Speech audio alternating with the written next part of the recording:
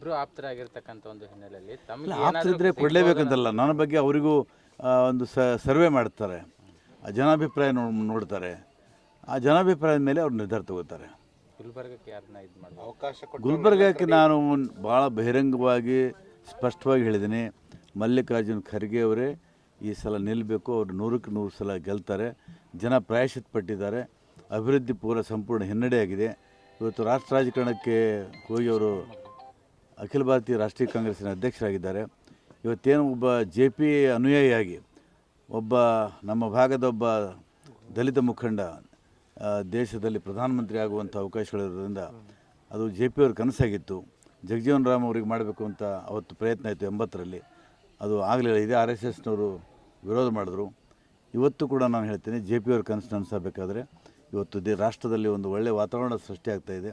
ಎಲ್ಲ ಪಕ್ಷಗಳು ಒಮ್ಮತಕ್ಕೆ ಬಂದು ಖರ್ಗೆಯವ್ರ ಪರವಾಗಿ ನಿಲ್ತಾ ಇದ್ದಾವೆ. ಹಾಗಾಗಿ ಅವರೇ ನಿಲ್ಲಬೇಕು ಅಂತ ನಾನು ಅವರಿಗೆ ವಿನಂತಿ ಮಾಡಿಕೊಂಡಿದ್ದೀನಿ ಮತ್ತು ಎಲ್ಲ ಮುಖಂಡರ ಹತ್ರನೂ ಹೇಳಿದ್ದೀನಿ. ರಾಮ ಮಂದಿರದ ಸಂಬಂಧ ಈಗ ಕಾಂಗ್ರೆಸ್ನವರು ಹೋಗೋದಿಲ್ಲ ಕಾರ್ಯಕ್ರಮಕ್ಕೆ ಅಂತ. ಈಗ ಶಂಕರಾಚಾರ್ಯರೇ ಹೋಗಲ್ಲ ಅಂತಂದರೆ ನಾವು ಹೋಗಲ್ಲ.